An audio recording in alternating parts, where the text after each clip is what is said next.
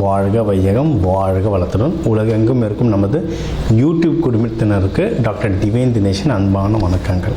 சரிங்க, மே மாத பலன், அதாவது நம்மளுடைய தமிழ் புத்தாண்டு ஆரம்பித்து அடுத்த மாதம் மே மாத பலன் பார்க்க போகிறோம். சித்திரை வைகாசி 2 மாதமும் வருது இதில். ஓகே, சூப்பரான மாதம். ஏன்னா மே ஃபஸ்ட்டே எப்படின்னா தொழிலாளர்கள் தினம். முதல்ல எல்லாருமே தொழிலாளர்கள் தான். ஹவுஸ் ஒய்ஃபாக இருந்தால் கூட வீட்டில் அவங்களுக்கு தான் வேலை ஜாஸ்தி. அதனால் எல்லாருக்கும் ஃபஸ்ட்டு தொழிலாளர் தினம் வாழ்த்துக்கள் ஒன்று. ரெண்டாவது, கள்ளழகர் ஆற்றலில் எழுந்தருள்றது பெருமாள், அவருக்கான நல்ல விசேஷ நாள் மே 1. மே 30, 31 தான் நம்ம தமிழ் கடவுள் முருகனுடைய வைகாசி விசாகம். சரியான பவர்ஃபுல் டே, பீக்கு பவர். முருகர்லாம் அந்த டைமில் அவர் பிறந்ததே என்னென்னா விசாக நட்சத்திரம், பீக்கு பவரில் இருப்பார். ஸோ இந்த மாதம் ஆரம்பிக்கிறதுலேருந்து முடிகிற வரைக்கும் பயங்கரமான ஃபெஸ்டிவல் தான், புனிதமான மாதம். சரி, இந்த புனிதமான மாதத்தில் நமக்கு எப்படி இருக்குது, நம்மளுடைய ரெகுலரான லைஃப் எப்படி இருக்குது, எந்தெந்த விஷயம்னா நம்மளுக்கு சாதகமாக இருக்குது, அதில் ஜெயிக்கலாம், எந்தெந்த விஷயத்துலலாம் நான் கொஞ்சம் உஷாராக இருக்கணும் அதை பார்ப்போம். இதில் எந்தெந்த தெய்வத்தை வழிபடணும், என்னென்ன பரிகாரங்கள் இல்லை என்னென்ன வழிமுறைகள்லாம் நான் பண்ணேன்னா எனக்கு இந்த மாதம் சூப்பராக இருக்கும்ன்றதை ஒவ்வொன்றா பார்த்து வருவோம். வாங்க. மேஷ ராசி லக்னக்காரங்களுக்கு எப்படி இருக்குது? சூப்பராக இருக்குங்க நம்மளது. ஏன்னா உங்களுக்கு இப்போ சூரியன் உங்கள் வீட்டில் இருக்கார், கொஞ்சம் கோவம் டென்ஷன்லாம் இருக்கும். அடுத்த மாதம்லாம் சூரியன் மூவ் ஆகிடுவார்.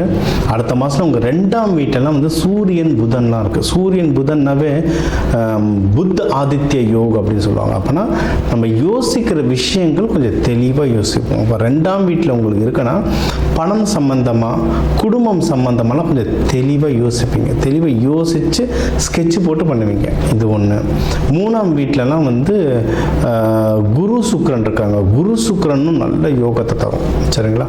ஸோ நீங்கள் எடுக்கிற முயற்சிகள்லாம் நல்லா வின் பண்ணுவீங்க. ஸோ முயற்சி ஸ்தானம் நல்லா இருக்குது, தனஸ்தானம் நல்லா இருக்குது. அப்போது முயற்சியும் நல்லா இருக்குது, தனமும் நல்லா இருக்குன்னா என்ன, இன்வெஸ்ட்மெண்ட்டு தான். இப்போ வீடு வாங்க போகிறீங்க, நிலம் வாங்க போகிறீங்க, இல்லை பைக் வாங்க போகிறீங்க. நம்ம 100 ரூபா கொடுத்து படம் வாங்க போகணும், படம் பார்க்கணுன்னாவே அத்தனை ரிவ்யூ பார்க்குறோம். நம்ம வீடு வாங்கிறதுக்கு, பைக் வாங்கிறதுக்கு எவ்வளோ தேடுவோம். அதெல்லாம் முயற்சி தானே. அந்த முயற்சி உங்களுக்கு வெற்றியை தரும். அதேமாரி கையில் காசும் வரும். அழகாக எது வாங்கணுமோ வாங்குங்க.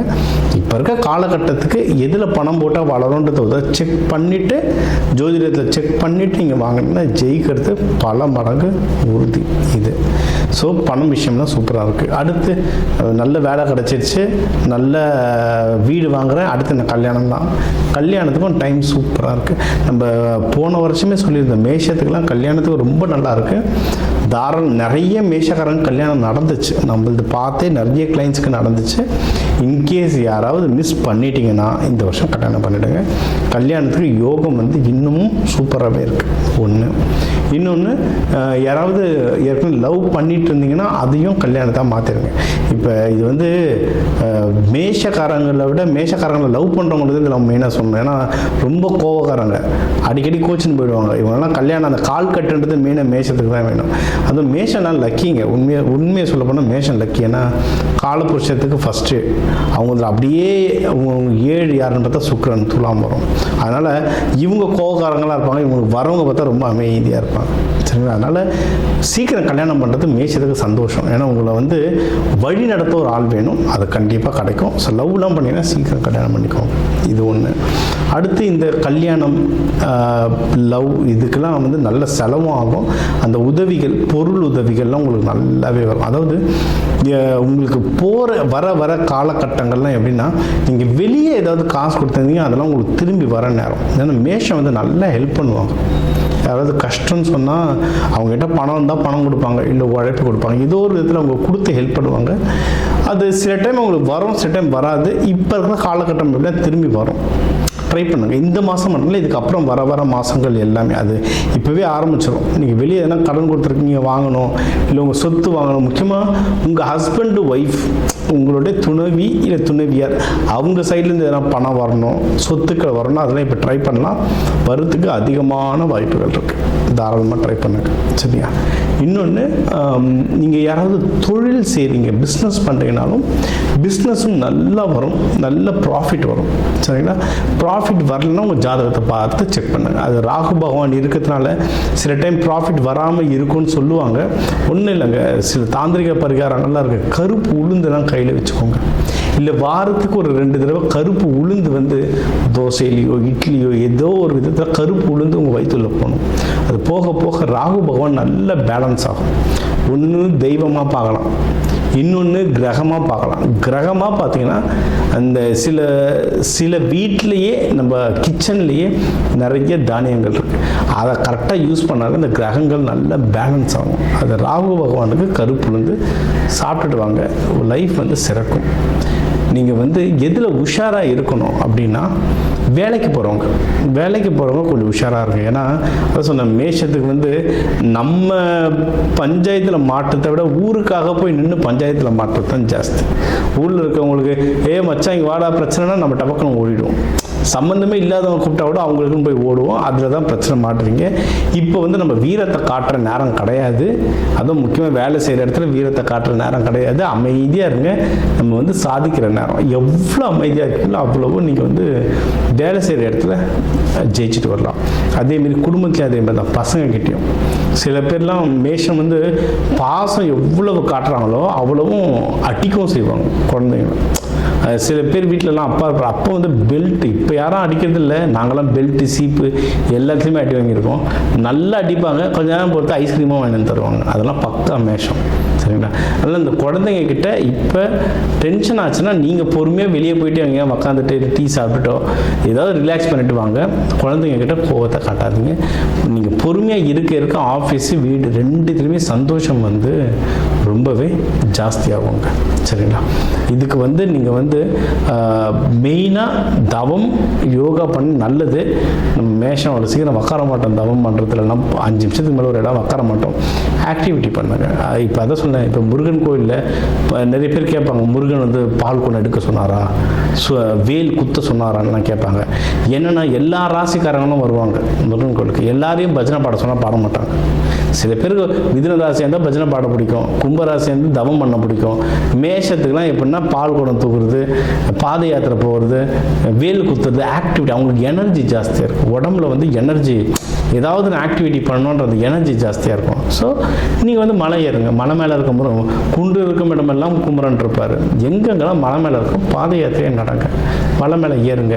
இல்லை கொஞ்சம் தூரத்துலேருந்தே ஒரு 2 கிலோமீட்டருக்கு முன்னாடி இப்போ நான் கிரிவலம்லாம் போனேன்னா கோவில் கிட்டலாம் இல்லை, ரொம்ப இப்போலாம் பஸ் ஸ்டாண்ட்லேயே தூரமாகிடுச்சு பஸ் ஸ்டாண்டு. அங்கேருந்து ஆட்டோலாம் அப்படி கொண்டு நடந்தே போயிடுவேன். எப்படியும் அங்கே போய் நடக்க தான் போகிறோம், இங்கேருந்து நடப்போமேனு ஆரம்பிச்சிடுவேன். அந்தமாதிரி கோவிலுக்கு முன்னாடி இறங்கிட்டு நடங்க. இங்கே ஃபிசிக்கலாக ஆக்டிவிட்டி பண்ண பண்ண பண்ண உங்கள் மனசும் உடலும் ஒருநிலைப்படுத்தும். நீங்கள் வந்து வாழ்க்கையில் முன்னேறதுக்கு சரியான வாய்ப்புகள் இருக்குது.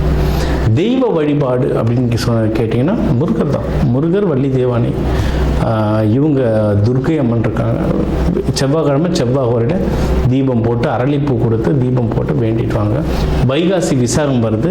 இந்த ஃபங்க்ஷனை தவற விடாமல் கண்டிப்பாக போயிட்டு முருகனை போயிட்டு வேண்டிட்டு வாங்க. இந்த கோவிலில் பக்கத்தில் எந்த முருகன் கோவில் இருக்கோ அந்த முருகன் கோவிலில் போய் வேண்டிட்டு வாங்க. சூப்பராக அமையும் இந்த மாதம்.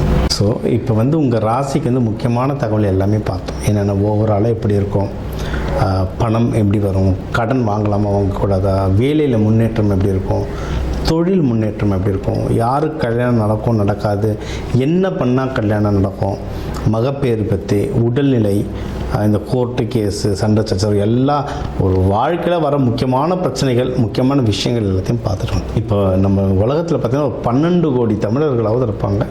ஒரு ராசி ஒரு கோடின்னு எடுத்தாலும் அவ்வளோ பேருக்கும் நம்ம வந்து பொது பலன் சொல்லியிருக்கோம்.